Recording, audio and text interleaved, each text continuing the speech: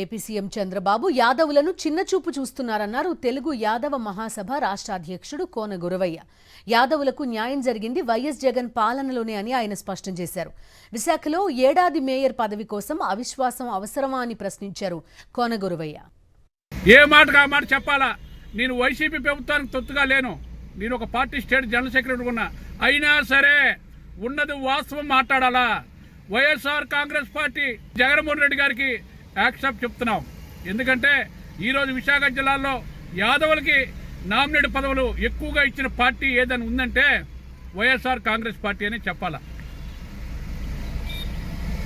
ఈరోజు మాజీ ముఖ్యమంత్రి జగన్మోహన్ రెడ్డి గారికి శిరస్సు వంచి నమస్కరిస్తా ఉన్నాను. మరి కూటమి ప్రభుత్వం పెద్దలు నారా చంద్రబాబు నాయుడు గారు యాదవుల మీద చిన్న చూపు చూస్తూ ఉంటే మేము ఎవరిని అడగాల, పోయి ఏ దేవుడితో మొరబెట్టుకోవాలా? కానీ యాదవుల్ని నట్టేట్లో ముంచుతా ఉంది తెలుగుదేశం పార్టీ. ఒక్కసారి అర్థం చేసుకోవాలా యాదవ సోదరులంతా.